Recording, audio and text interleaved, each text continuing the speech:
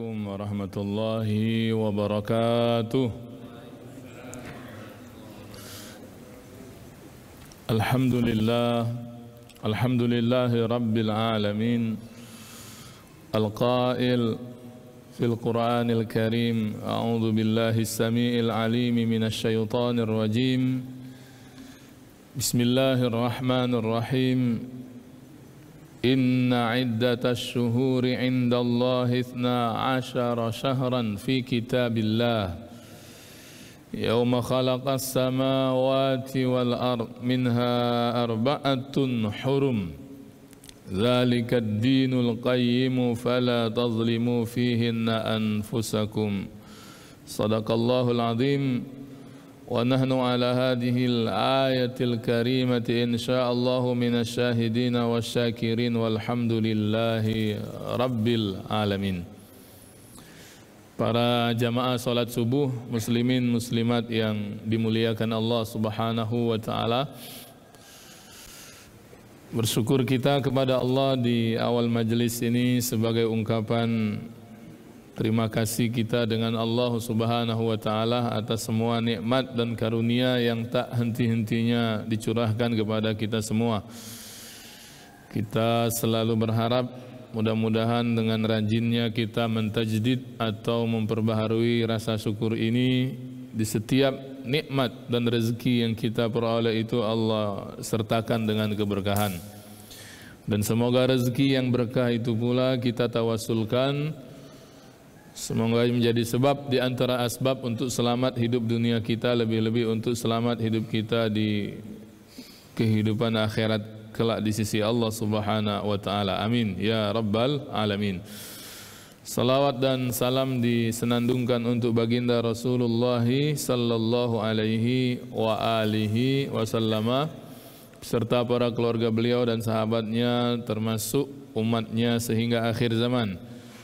Masuk kita semua yang hidup hari ini pun berharap semoga masuk dalam barisan umat beliau yang diberhakkan Allah kelak di sisi Allah untuk mendapatkan syafaat al-uzma, syafaat yang teragung yaitu syafaat Nabi besar Muhammad sallallahu alaihi wa alihi wasallam. Allahumma amin ya rabbal alamin.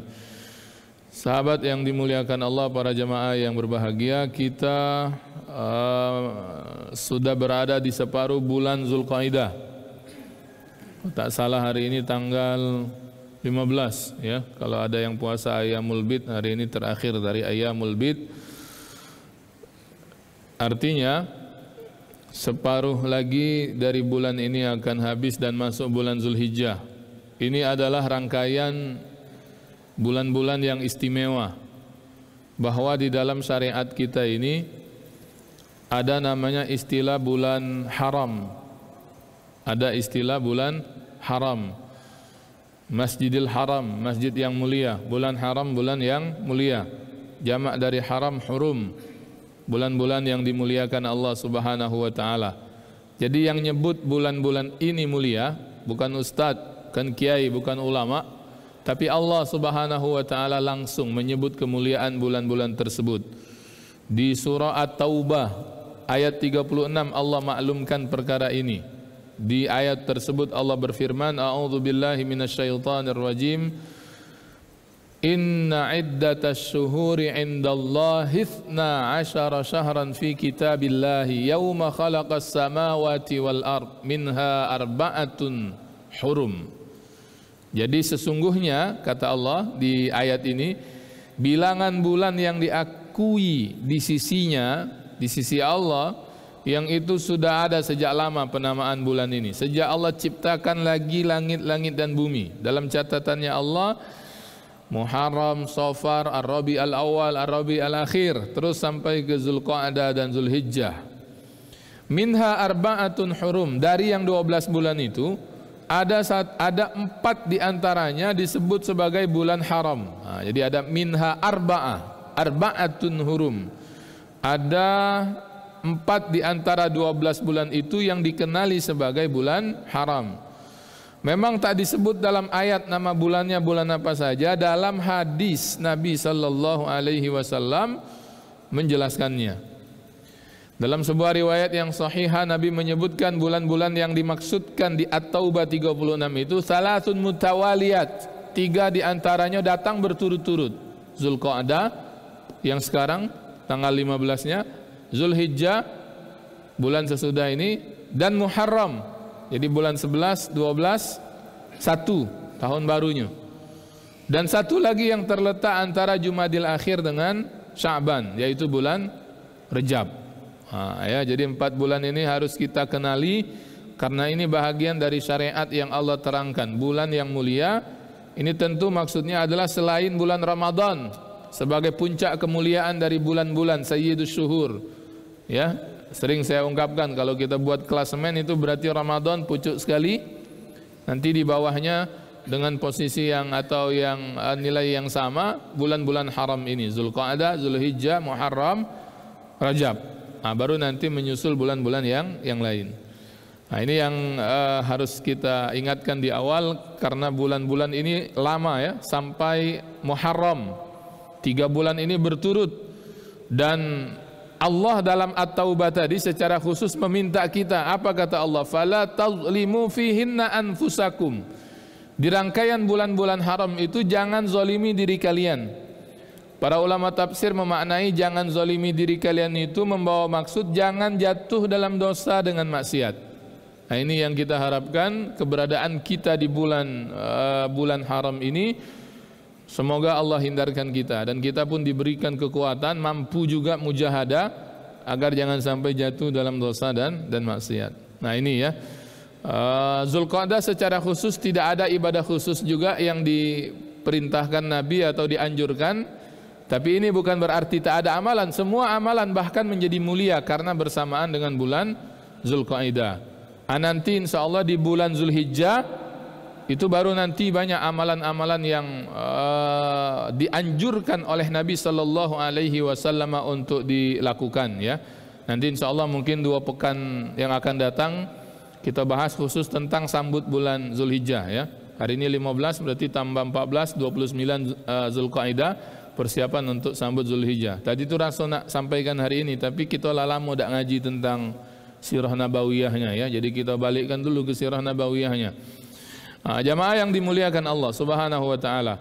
Pada pertemuan yang terakhir pada fiqh sirah an-nabawiyah li Syekh Ramadan Al-Buti, pembahasan kita sudah sampai di jahriyatud da'wah atau dakwah yang dilakukan Nabi secara terang-terangan. Jadi kalau masih ingat dulu waktu Nabi SAW ditasbihkan oleh Allah sebagai Rasul di usia ke 40 tahun beliau, maka yang pertama kali diajak oleh Nabi SAW untuk memeluk agama yang mulia ini adalah lingkaran terdekat beliau, terutama dari keluarga-keluarganya. Wa anzir ashiratakal aqrabin. Dan berikanlah peringatan wahai Muhammad kepada keluarga-keluarga terdekatmu. Sama juga sebetulnya macam kita ini ya, prioritas untuk diajak jadi baik itu dakwah kepada keluarga. Walaupun boleh jadi dakwah dengan keluarga ini justru lebih berat dibandingkan dakwah dengan orang lain. Kalau kita dakwah dengan keluarga ini apalagi adik-beradik, sepupu ya, kecil-kecilnya kita dia tahu ya. Remaja-remajanya kita tahu ya, apalagi agak nakal-nakal dikit masa lalu tuh misalnya, kau ini baru sadar ya, misalnya gitu ya, kita ngajak baik ya, padahal kita sudah betul misalnya sudah jadi orang baik, memang sudah taubat, sudah sadar, dan kita ajak orang-orang terdekat kita untuk jadi baik juga. Nah itu, jadi di awal-awal Rasul misalnya jadi Nabi, itu yang diajak itu orang-orang yang terdekat, karena biasanya orang terdekat ini kalaupun misalnya belum bisa nerima dakwah, ya paling tidak mencelakakan ya, harapannya kan begitu. Walaupun bisa jadi juga kondisi tertentu bisa sebaliknya. Nah, ini yang dilakukan Nabi sallallahu alaihi wasallam di awal-awal beliau jadi nabi. Itu yang kita sebut fasihnya kemarin itu sirriyatud dakwah, dakwah sirriyah. Ya, dakwah secara sembunyi-sembunyi. Ada yang masih ingat berapa tahun? 3 tahun dilalui oleh Nabi sallallahu alaihi wasallam. Nah, diajai sikok-sikok, keluarga diajai, kawan-kawan dekat diajai. Begitu polanya. Ya, Nabi ajak seru Abu Bakar As-Siddiq, Bu katanya. Abu Bakar tadi kan, ayo Bu, ada risalah ini ya, risalah langit. Aku dijadikan oleh Allah sebagai Rasul yang terakhir. Disampaikan begitu, dikenalkan kembali dengan tauhid. Ya, Abu Bakar termasuk orang yang pertama kali menerima dari golongan laki-laki dewasa. Ya, tentu sebelumnya istrinya dulu yang diajak, Khadijah, orang yang paling dekat dengan dia, Khadijah. Ya, balik-balik dari turun wahyu saat Nabi menerima Al-Alaq 1-5 di Gua Hira, orang pertama yang mendengarkan ceritanya dari golongan manusia siapa? Istri beliau, Khadijah. Ketika balik disambut, nampak oleh Khadijah, istrinya nampak wajah suaminya, mukanya kalang kabut begitu ya. Karena Nabi itu ketika terima wahyu bukan senang justru, ya bukan bahagia, tapi khawatir. Ya, ini siapa nih yang datang ini? Ya, nyebut ini, nyebut itu dan sebagainya. Sehingga kemudian ketika balik dia sudah agak tenang, sudah istirahat sebentar, akhirnya ceritalah kepada Khadijah binti Khuwailid. Ya, setelah Nabi agak tenang dibawanya kepada masih daripada pamannya Khadijah, Waraqah bin Naufal, seorang yang membaca Taurat, membaca Injil, yang kemudian menjelaskan bahwa yang datang kepada Nabi Muhammad pada peristiwa Gua Hira itu hadhihin namus, itu yang dulu juga datang kepada Nabi Musa katanya, yang dulu juga datang kepada Nabi Isa, sehingga kemudian disebutkan oleh Waraqah bin Naufal ini kepada Khadijah, ketahuilah bahwa lelakimu ini, suamimu ini adalah nanti menjadi utusan Allah. Sudah, Khadijah juga kemudian termasuk orang yang pertama masuk ke dalam risalah ini, ya Islam ini. Nah, itu 3 tahun. Dan kita sudah jelaskan di waktu itu ya. Jadi diam-diam, nah berajaan Abu Bakar yang sudah masuk Islam berajaan pula.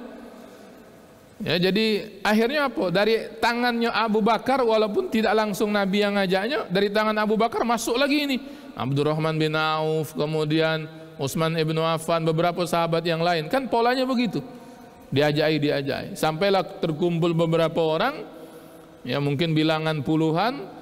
Baru nanti secara berkala Nabi didik mereka itu dalam sebuah perkumpulan, majelis lah begitu, tapi diam-diam. Ya, makanya ada satu tempat yang ini dijadikan tempat berkumpulnya Nabi di fase itu, fase dakwah sembunyi-sembunyi itu. Ya, di mana kemarin ada yang masih ingat nama tempatnya Darul Arqam, ya, dari seorang rumah sahabat Nabi yang juga sudah memeluk agama yang mulia ini. Ya. Kalau konteks kita hari ini mungkin yo zaman itu sembunyi-sembunyi ini kan, datang tidak serempak, aman serempak jing uang. Nak kemana kamu berombongan ini? Nah, misalnya begitu, diam-diam. Nah, ya, kalau pakai sendalnya dilepas, bawa masuk ke dalam. Ya, aman dibiar di luar, kejinguan banyak uang dalam rumah Arkom nih. Ngapo berkumpul? Ada 30 pasang sendal misalnya, bawa masuk ke dalam. Ya, mungkin praktek ini pada akhirnya ditiru oleh sebagian mungkin kelompok di kemudian hari dan sebagainya ketika berada di fase-fase sirriyatud dakwah ini. Nah, itu sudah 3 tahun ya. Setelahnya baru kemudian mulailah dakwah itu dilakukan secara terang-terangan. Dan itu juga sudah kita sudah bahas ya. Setelah itu Nabi cari tempat yang luas ya di Makkah itu, termasuk nanti ada namanya Pasar Ukas. Pasar Ukas itu tempat orang-orang Quraisy Makkah itu berbalas pantun. Itu juga tempat yang favorit Nabi untuk datang ke situ menyampaikan wahyu. Ya, orang Arab itu kan suka berbalas pantun mereka itu.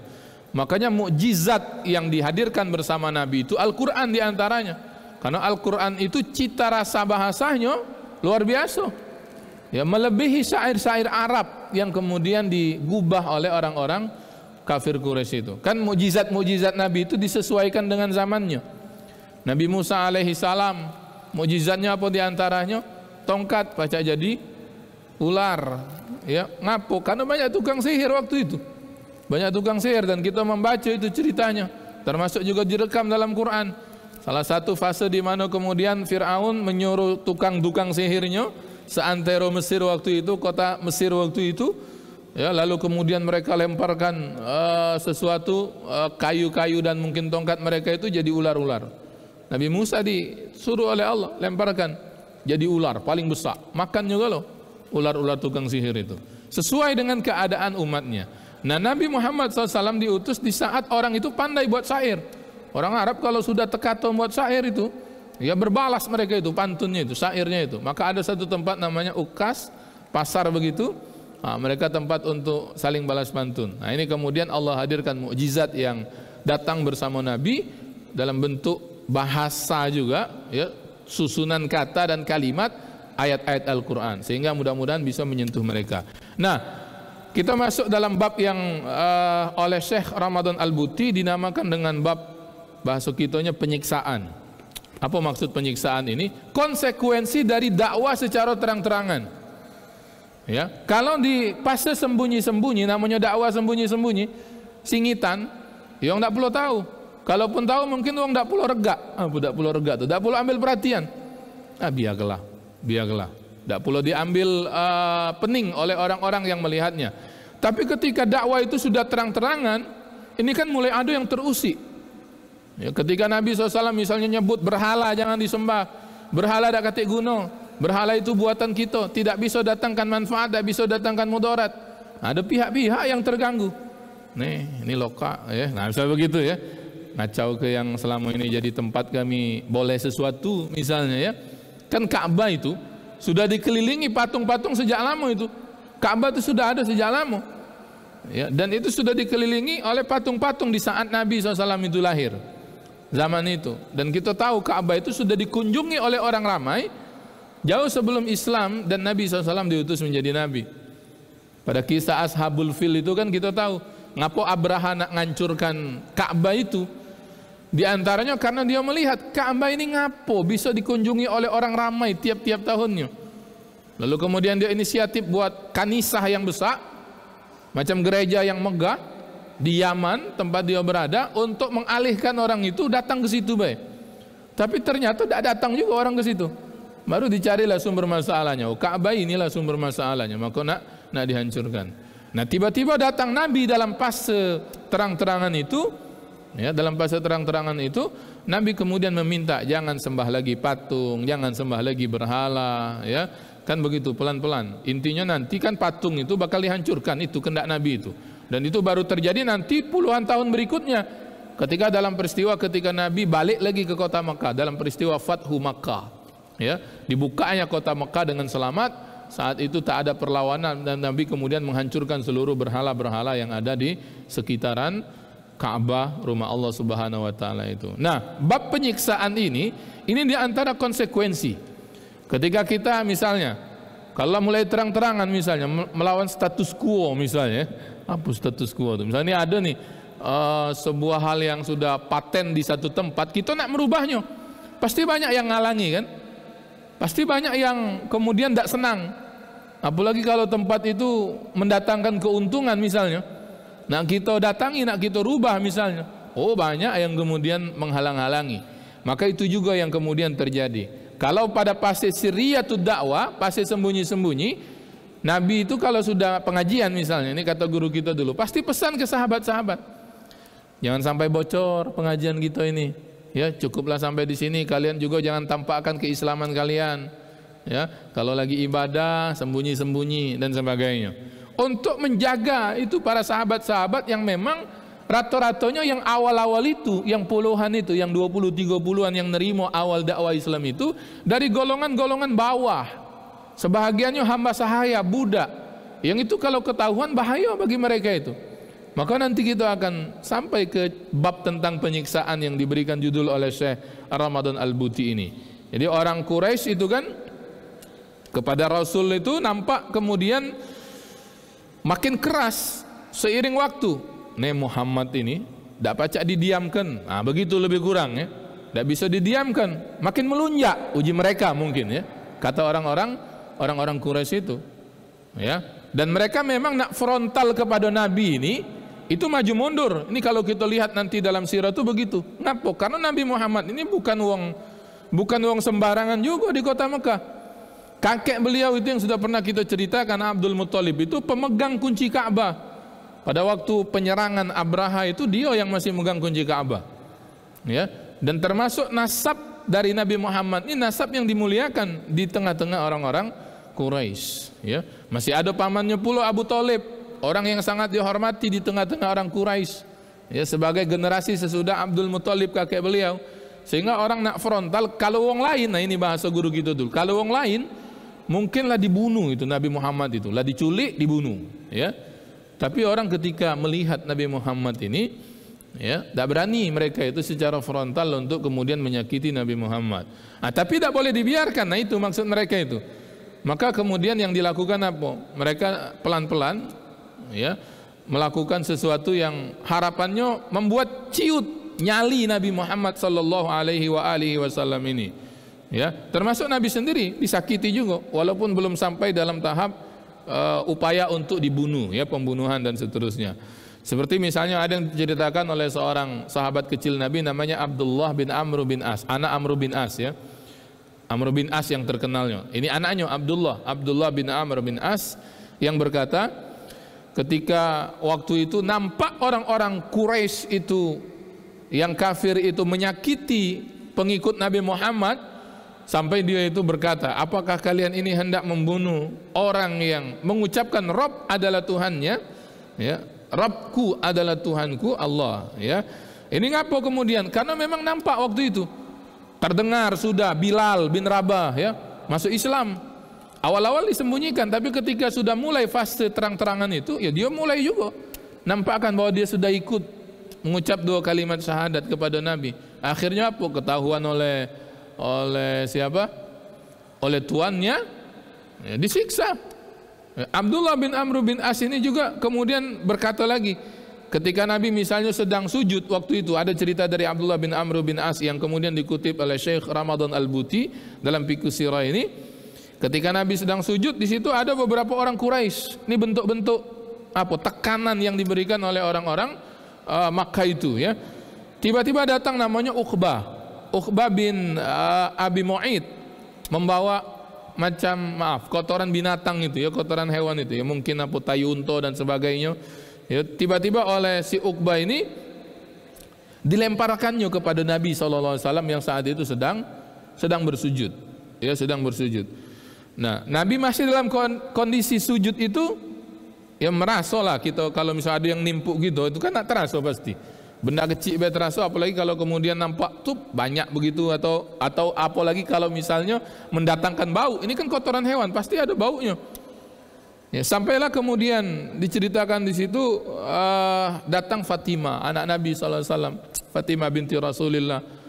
Lalu melihat itu sambil menitikkan air mata, dibersihkannya. Nabi masih dalam keadaan sujud, ya, dibersihkannya, dan dia mengucapkan permintaan kepada Allah agar melaknat orang-orang yang melakukan itu Fatimah, ya. Ini contoh-contoh, ya, beberapa bentuk tekanan-tekanan, intimidasi, ya, yang dilakukan oleh orang-orang Quraisy kepada Nabi dan pengikut-pengikut beliau.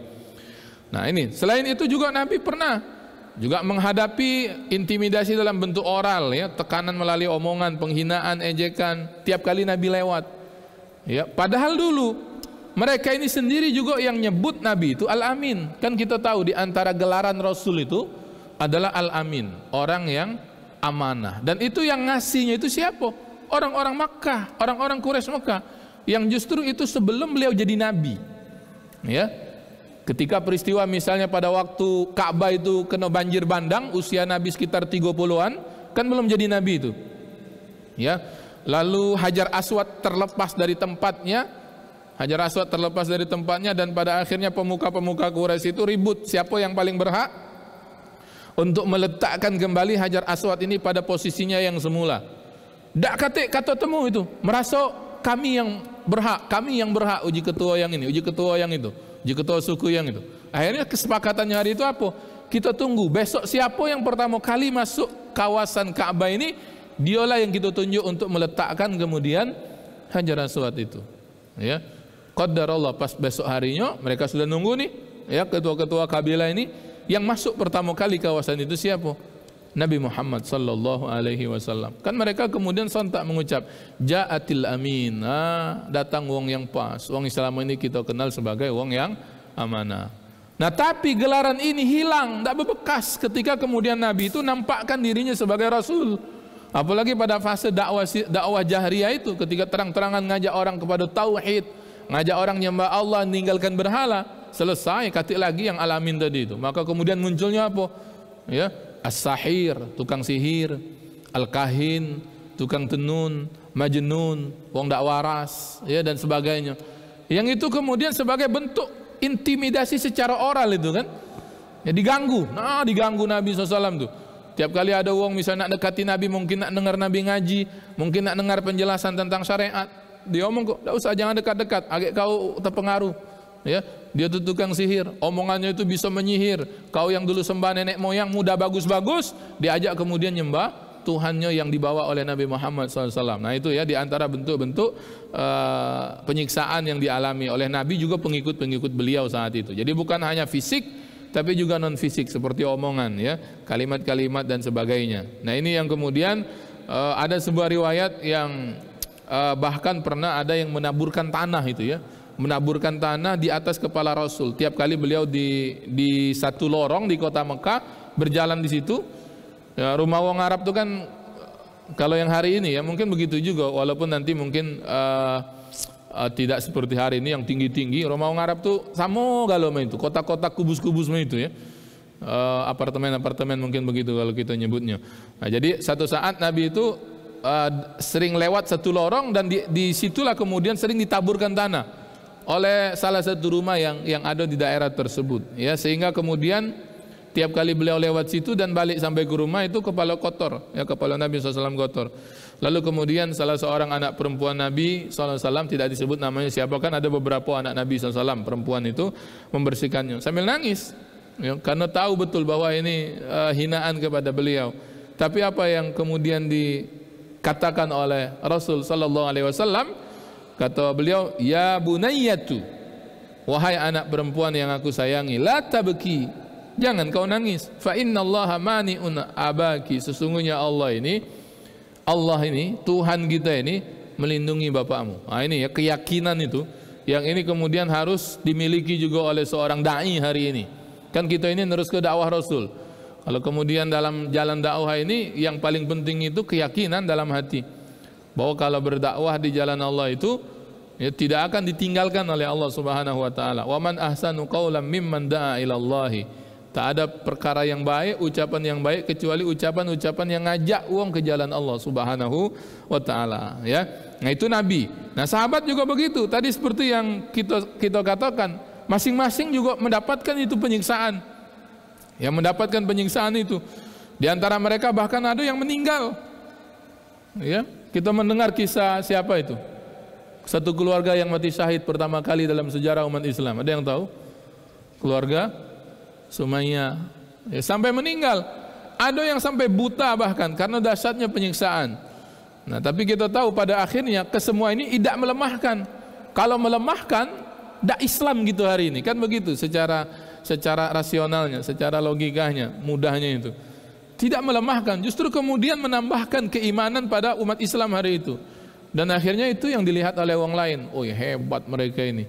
Awak jumlahnya dikit, awak dari golongan wong lemah, awak dari golongan wong tak berduit, hamba sahaya dan sebagainya. Tapi tetap mereka ini kokoh di jalan dakwah. Akhirnya apa? Pelan-pelan, makin banyak. Walaupun melewati fase-fase ujian seperti hijrah dan sebagainya. Tapi kan hijrah dari Makkah ke Madinah, di Madinah momentumnya. Kadang-kadang begitu. Kita kalau kemudian di sini macam tak diterima, di sini macam tak diterima, lah diusahakan tak diterima, pindah. Cari tempat kira-kira wong yang galak nerima kita dulu, ya. Nah, nanti kalau kita lah diterima tempat lain, ya, tempat kita yang dulu itu tidak nerima kita itu kadang-kadang manggil kita, misalnya begitu, ya. Nah, kalau konteks Nabi pada akhirnya balik lagi beliau Fathu Makkah, dalam peristiwa Fathu Makkah untuk membersihkan Makkah itu dari berhala, karena itu niat Nabi dari dulu, ya. Walaupun Nabi pada akhirnya tidak niat lagi tinggal di situ, buktinya beliau balik lagi ke Madinah dan sampailah kewafatan beliau di Madinah dan dimakamkan di sana. Ya, nah ini penyiksaan ini mungkin kita tak banyak bisa sebutkan karena memang luar biasa sekali, ya, penyiksaan yang kemudian datang kepada para sahabat-sahabat Nabi. Ini ada cerita nih, kita bacakan yang di kitab Fikih Sirah ini saja. Dalam riwayat Imam Bukhari dari Khabbab bin Al-Arid, ini seorang sahabat Nabi SAW pernah berkata, aku datang katanya kepada Nabi menemui Rasul. Saat itu sedang berteduh di sekitaran Ka'bah. Ya, kepada beliau aku berkata, kata Khabbab ini. Apa katanya? Wahai Rasulullah, apakah engkau tidak memohonkan pertolongan Allah untuk kami. Jadi mereka ini kan tadi ngalami penyiksaan, disakiti, curhat akhirnya si Khabbab ini radhiyallahu anhu kepada Nabi sallallahu alaihi wasallam. Apakah engkau tidak berdoa untuk kami ya Rasul? Begitu ucapan-ucapan dia. Lalu apa jawaban Nabi sallallahu alaihi wasallam? Beliau menjawab, di antara orang-orang sebelum kamu ini, artinya orang-orang yang terdahulu termasuk cerita-cerita Nabi yang itu datang melalui wahyu, ya, ada yang disiksa dengan ditanam hidup-hidup, ya. Ada yang dibelah kepalanya jadi dua, ada yang disisir rambutnya itu dengan sisir besi sampai kemudian kulitnya terkelupas. Ini kisah-kisah orang-orang terdahulu, ya, para aulia dan orang-orang yang mendukung perjuangan Nabi sebelumnya. Tapi siksaan itu tidak menggoyahkan tekad mereka itu untuk kemudian mempertahankan agama. Lalu Nabi bersumpah, demi Allah, kata Nabi, ya, Allah pasti akan mengakhiri semua persoalan itu sehingga orang ini akan berani berjalan dari Son'a ke Hadramaut tanpa rasa takut kepada siapapun juga selain Allah Subhanahu wa taala, dan hanya takut kambingnya itu kalau dia bawa ternak dimakan oleh serigala saja. Tapi kalian ini tampak terburu-buru. Nah, ini untuk memberikan motivasi kepada sahabat-sahabat agar bersabar dan menguatkan kesabaran itu, ya. Nah, ini yang sangat luar biasa sekali. Baik, terakhir, apa ibrahnya ini? Nah, kan tadi cerita-ceritanya. Sekarang ibrahnya apa? Ya. Kalau kita baca ini, ya, kisah-kisah itu. Kan nanti ada lagi kisah seperti Bilal, ya, yang populer itu kan kisah Bilal. Ketika ketahuan oleh majikannya dia bersahadat, dijemur itu Bilal itu, dijemur di padang pasir, ya, yang panas waktu itu, dan diletakkan batu di atas punggungnya. Ya, kalau keluarga Sumayyah tadi lebih ini lagi, mengenaskan lagi, disiapkan kawah besar, di dalamnya ada banyu yang menggelegak. Kau nak balik ke agama nenek moyang, apa masih tetap dengan Muhammad? Tetap dengan Muhammad, masuk, ya, dalam kuali besar itu, dalam kawah itu, ya. Wal-iyazubillah. Nah, apa yang terlintas di benak kita kalau membaca ini? Ya, mengapa Nabi misalnya atau sahabat itu harus melewati fase penyiksaan? Kan kalau nak minta mungkin mudah baik Nabi itu kalau nak menang misalnya. Atau misalnya kebal misalnya. Ngajarkan ilmu kebal misalnya kepada sahabat. Jadi waktu majelis di Darul Arqam setelah pengajian, nah, siap-siap ya kita melatih ilmu kebal setelah ini. Misalnya begitu, ya. Dak kati ada sejarahnya begitu. Ya.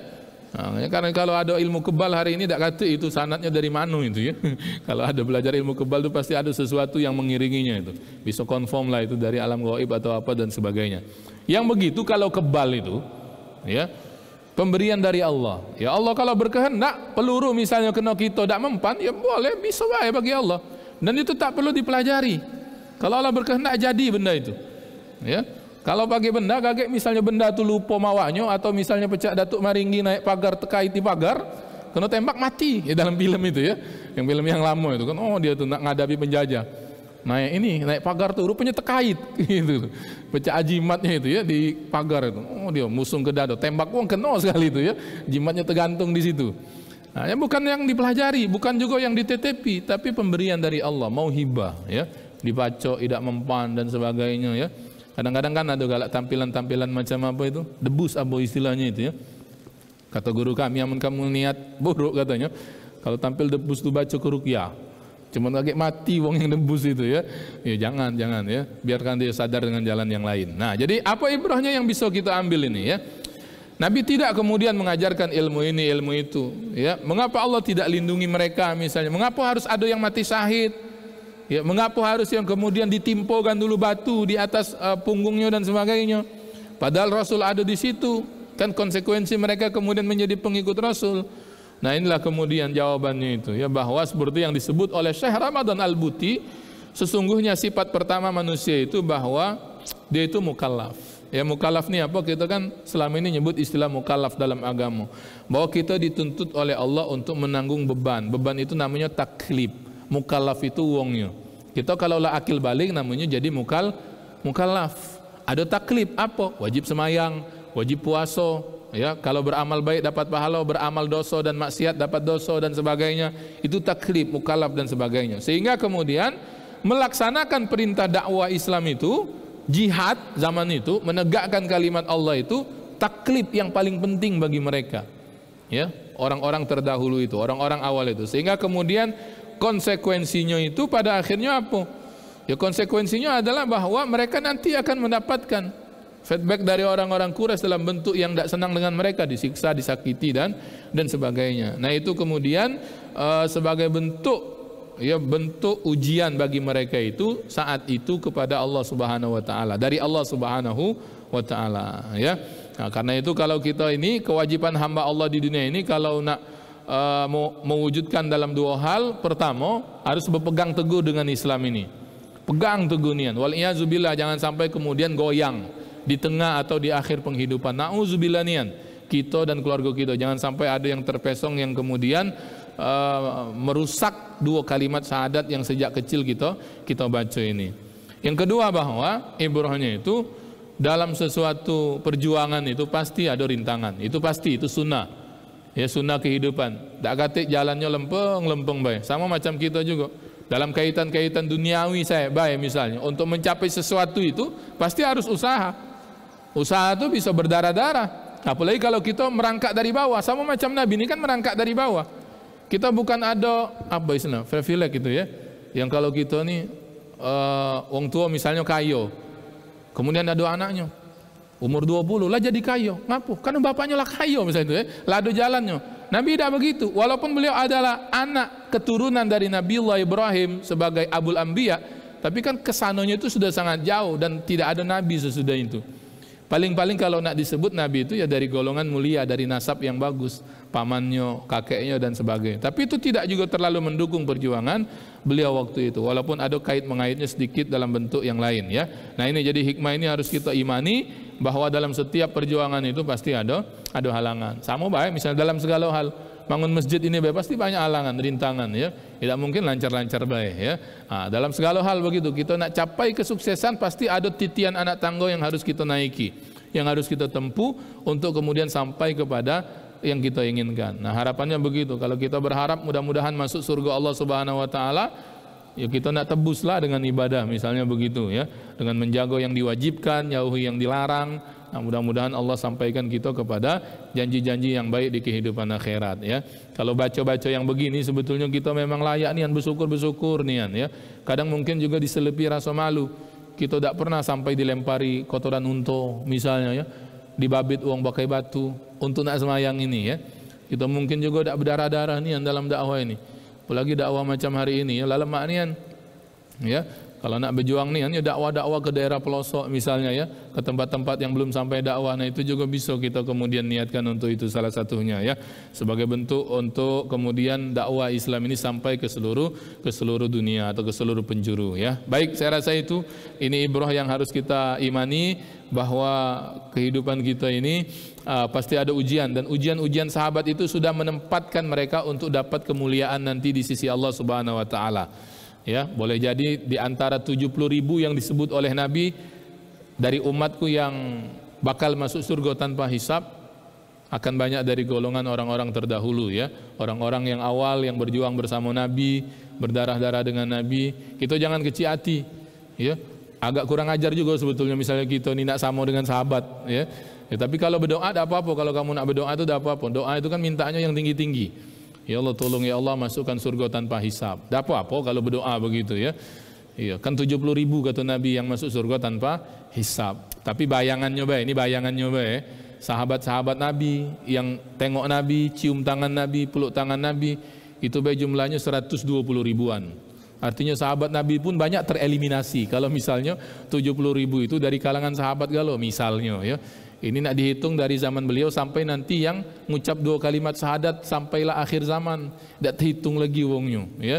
70.000. Tidak apa-apa kalau nak berdoa ya Allah masuk surga tanpa hisab. Sama macam kita minta surga, minta paling tinggi ya Allah, mintalah masuk surga Firdaus al-A'la ya. Tidak apa-apa ya.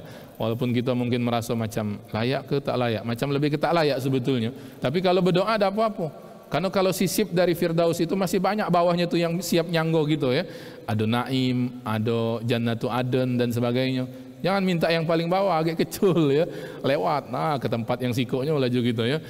Jangan. Jadi itu kalau doa boleh minta yang tinggi-tinggi, minta yang bagus-bagus. Tapi kita harus imani ibrah ini insya Allah sebagai bentuk perjalanan kita dalam dunia dakwah hari ini, terutama bagi yang berkecimpung di dunia dakwah yang memang ngajak ya.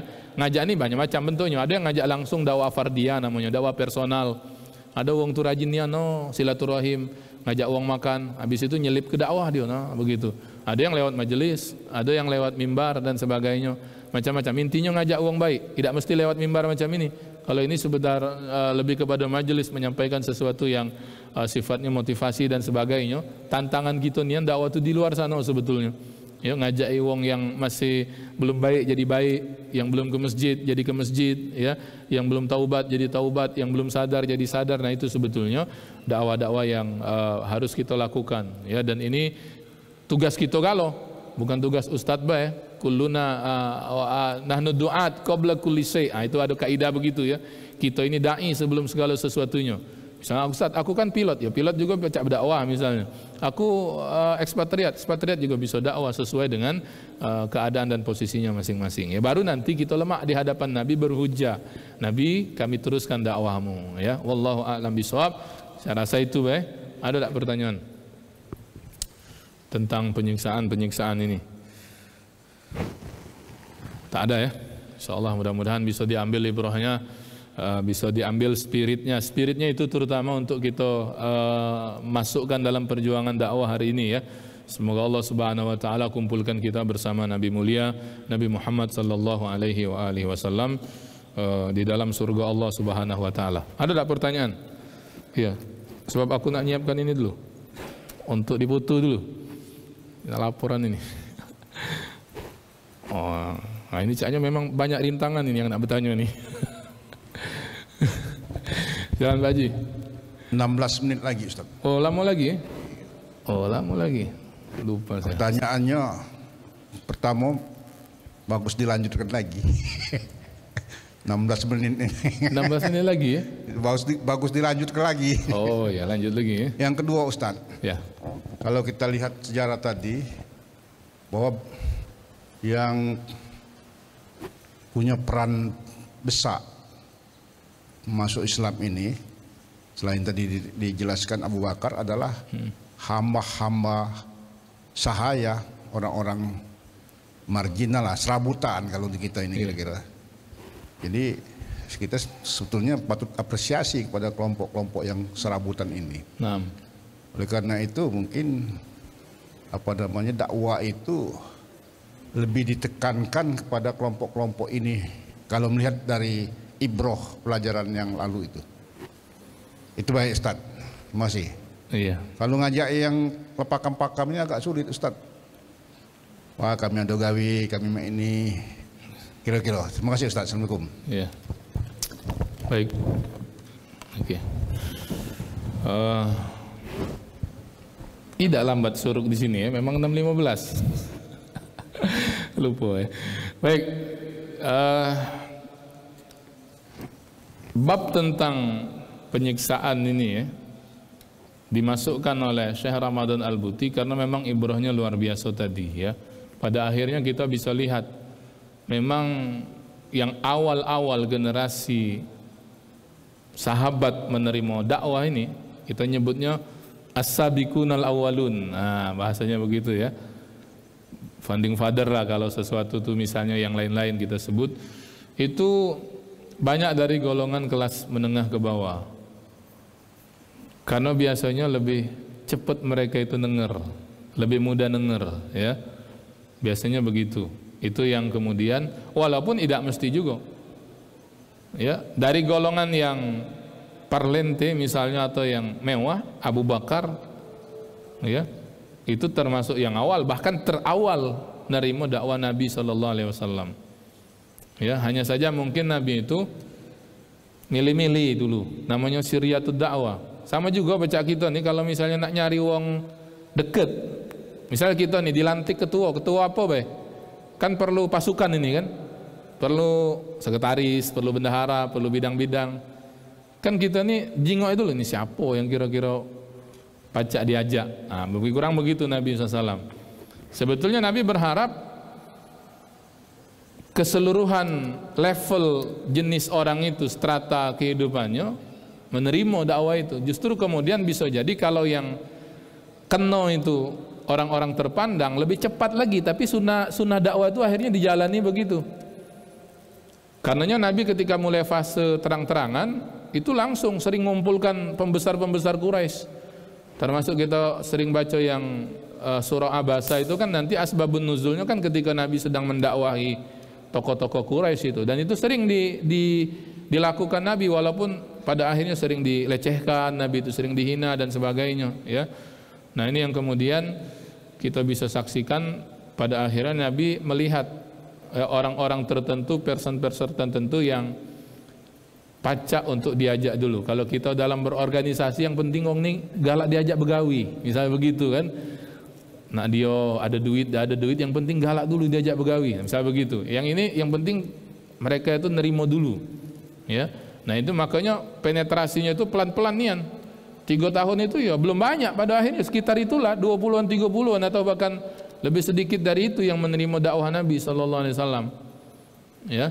Karena memang jalannya harus begitu pelan nian kan. Nah, ini yang kemudian dijalani oleh Nabi sallallahu alaihi wasallam. Ibrahnya mungkin tadi bahwa memang pada akhirnya orang akan melihat, oh Islam ini ya memang agama yang datang dari Allah. Kalau misalnya lah banyak wong yang terpandang, misalnya kaget khawatir, oh ini karena mereka kuat baru bergerak, wong kayo lah banyak melok, misalnya begitu ya. Ya, tidak ada yang nampaknya sunnah perjuangan itu yang merintis dari bawah itu yang kemudian terlihat. Orang kan melihat itu bagaimana kemudian Bilal yang semestinya kalau uang biasa-biasa baik, cukup mengucap aku balik ke agama nenek moyangku, kan begitu baik kendak tuannya itu, sehingga kemudian tidak bakal disiksa lagi, tapi makin disiksa makin kuat dia nyebut ahad, ya. Nah, itu viral itu kalau zaman hari ini, zaman itu ya viral itu. Ya, di kalangan orang-orang Quraisy, kekuatan seorang Bilal yang cuman hamba sahaya, ya, tapi tetap teguh mengucap ahad itu. Ngapunian Muhammad ini pacak mentuk uang sampai sama itunya. Nah, begitu kan? Kagum wong tu akhirnya kan? Kalau uang kemudian jadi hebat karena pasokan dana misalnya, oh wajar aja uang. Banyak loh kak. Asa begawi lah siap, asa begawi dana ado dan sebagainya kan, lemah yang main itu, ya lancarnya gawi misalnya. Tapi ini betul-betul dari bawah dakwah Nabi itu. Kan orang melihat ini apa yang sampai kemudian keluarga Sumayyah ini, sekeluarga itu, ya, kecuali yang terakhir nanti itu yang itu ada kisahnya sendiri memang ya, yang sampai kemudian mereka itu tahan kemudian mati, ya tahan mati. Padahal cukup mereka ngomong, ya sudah kami balik ke agama nenek moyang kami baik, ya selesai, selamat mereka itu, ya. Apunian yang ditanamkan oleh Muhammad ini dengan mereka itu sampai mereka itu pegang kuku sampai mati, ya. Nah ini yang masya Allah luar biasa sekali ya. Tadi memang kalau nak terturut, dah terturut gitu itu, karena memang pastinya lah lain ya. Tapi spiritnya pacak baik sebetulnya. Kan tantangan dakwah itu beda-beda. Tantangan dakwah kita hari ini mungkin ini dan cara ngadapinya ini dan sebagainya. Ya, boleh jadi juga perjuangan dengan harta, dengan jiwa itu masih berlaku hari ini. Ya, di keadaan tertentu bisa jadi itu berlaku. Baik, ya. Jadi itu Pak Haji ya, memang golongan-golongan yang bawah ini saat itu mungkin karena mereka lebih cepat tersentuh, kan pada akhirnya kan mungkin bisa jadi disampaikan oleh Nabi SAW tentang kesetaraan manusia di hadapan Allah. Kan itu membangkitkan semangat mereka. Oh kami ini berarti kalau di mata Allah sama kan begitu kan. Yang penting kita ini sembah Allah. Kalau di mata manusia mereka sadar mereka hamba saya, mereka budak dan sebagainya dan sebagainya. Allah alam bisawab. Silakan Kak. Baiklah. Ini Ustaz, mungkin yang ingin kami tanyakan tentang masalah esensi dakwah itu, bahwasanya itu adalah wajib kayak itu kan. Jadi kewajiban kita ini intinya dakwah itu berlaku kepada seluruh yang kategori sebagai seorang muslim. Jadi mengenai esensi dakwah ini Ya mungkin di luar sana itu begitu banyak kan tentang berbagai macam tipe dan metodenya. Nah ini bagaimana tentang ya mungkin sebagian dakwah yang kepada badan-badan tertentu, misalnya di eksekutif, di legislatif dan sebagainya. Apakah itu juga wajib Ustaz kira-kira seperti itu? Karena ada sebagian yang berkategori ada partai dakwah, ada partai Islam, ada partai nasionalis dan sebagainya. Assalamualaikum warahmatullahi wabarakatuh. Assalamualaikum. Oh ini pertanyaan anak 2024 nih kan ini. Nah, hati-hati jawabnya ini. Minta tolong dulu siapa baca moto kan. Mungkin dari samping ini kayak biar kejinguan jamaahnya. Sebab tidak boleh kami dewean. Jadi bagus sekali pertanyaannya ya tentang dakwah misalnya. Jadi dakwah itu tadi kaidahnya tadi kita sebut. Nahnu du'at qabla kulli syai'. Kita ini harus sadari bahwa kita ini dai galau. Dai itu artinya yang nyampai ke dakwah.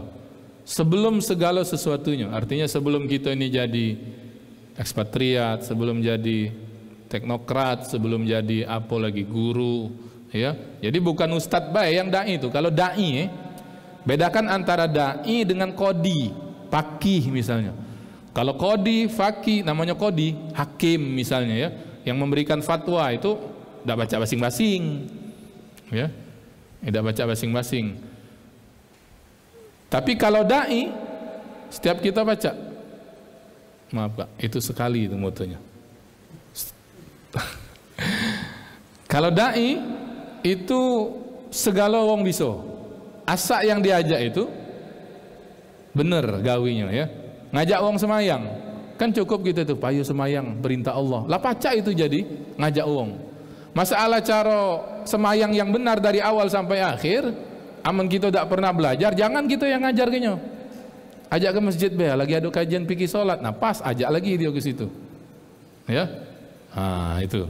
Jadi sama juga yang tiba-tiba jadi anggota atau jadi pejabat, nyebutnya pejabat, karena kan nanti ada eksekutif, ada legislatif, ada yudikatif, ya.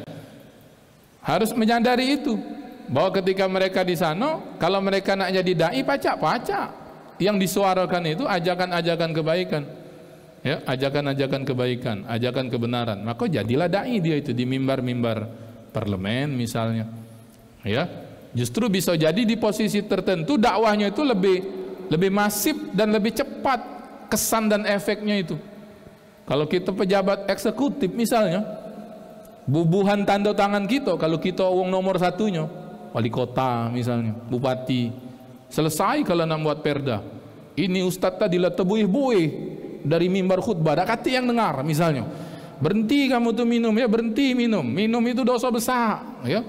Oh disampaikan, masih banyak orang minum misalnya ya. Cuma nyampai ke baik, tak patik kekuasaan yang lain ustadz tadi itu ya. Tapi kalau misalnya pejabat tadi buat perda larangan minuman keras, tanda tangannya selesai, syukron. Ayo jadilah kak, makasih kak. Ya selesai. Nah itu keunggulan posisi-posisi tertentu. Karena itu menurut saya memang harus tempat-tempat itu harus diisi wong-wong baik ya. Harus diisi wong-wong yang ada semangat ghirah keislamannya. Ya paling tidak dia menyuarakan apa yang disuarakan oleh syariat ya. Nah, itu yang kemudian harus kita imani bahwa kita ini dai sebelum segala sesuatunya. Ustadz kan bukan aku yang nyalek, ya cari berarti calegnya atau calon-calonnya itu yang bagus-bagus menurut kita. Ya, kecuali kamu yang di sini ada yang caleg, kita dukung misalnya begitu. Minta maaf inilah cuma ini Pak Haji. Oleh pertanyaannya itu ya. Iya. Ya. Kalau aku tidak nyalek, kayak Ustadz nyalek tidak ya. Tapi kita pilih orang-orang yang kemudian kita yakin, kita imani. Ini nampaknya bagus. Oh ini nampaknya kalau dia ada di situ, pacak disuarakan ini. Kendak-kendak kita sebagai muslim yang baik ini. Atau paling tidak, misalnya, Ustadz dari calon-calon ini, saya tidak katik yang pas. Misalnya kadang-kadang mah itu juga ya. Pilih yang paling sedikit mudaratnya. Itu kaidah juga ya. Kaidah juga. Maka kalau sepemahaman saya dengan sistem politik hari ini tidak dianjurkan golput, ya, tidak dianjurkan golput. Kira-kira kalau misalnya ini tidak bagus, mana yang paling dikit tidak bagusnya itu? Ya, kakek baca dirubah uang itu kan. Nah, itu. Jadi memang harus kita ini ambil berat juga ya. Walaupun jangan terlalu nukik kalau di masjid ini ya. Bahaya kalau terlalu nukik pembahasannya itu ya di masjid ini. Artinya harus ada persiapan untuk sambut tahun politik itu. Mau tak mau harus kita pikirkan. Sebab salah pilih, kalau salah pilih salahnya lama kaget kesannya. Dengan sistem politik hari ini 5 tahun berarti. Salah pilih pemimpin ya di semua bidangnya itu. 5 tahun kita saro misalnya ya. Awak berlanjut 2 periode 10 tahun berarti ya. Nak 3 periode pula misalnya ya, aku tidak nyebut siapa ya. Ya kalau misalnya begitu. Nah, jadi harus pandai-pandai gitu misalnya melihat-lihat ya untuk kemudian di tahun-tahun yang dekat ini. Memang suasananya pasti agak lemak sebetulnya. Tahun politik itu lemak. Namanya tahun politik ya. Segala hal ya.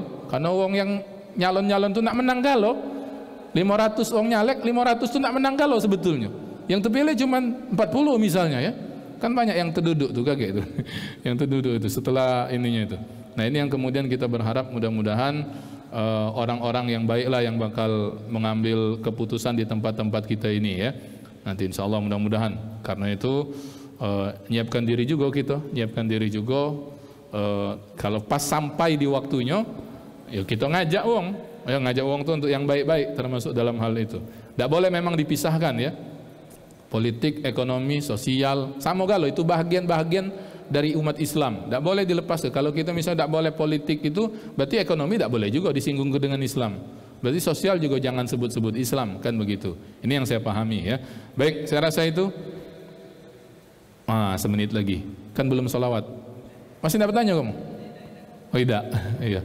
Oh 1 menit, anu juga 1 menit. Baik, saya rasa itu saja ya. Karena kita lah mulai kajian sirah lagi, kita salawati dulu sebelum kita akhiri. Salatullah, salamullah ala taha rasulillah. Salatullah, salamullah ala yasin habibillah. Salatullah, salamullah ala taha rasulillah. Salatullah, salamullah ala yasin habibillah. Tawassalna bi bismillah wa bil hadi rasulillah. Tawassalna bi bismillah wa bil hadi rasulillah wa kulli mujahidin lillah bi ahlil badri ya Allah. Allahumma salli wa sallim wa barik alaihi wa ala alihi. Assalamualaikum warahmatullahi wabarakatuh.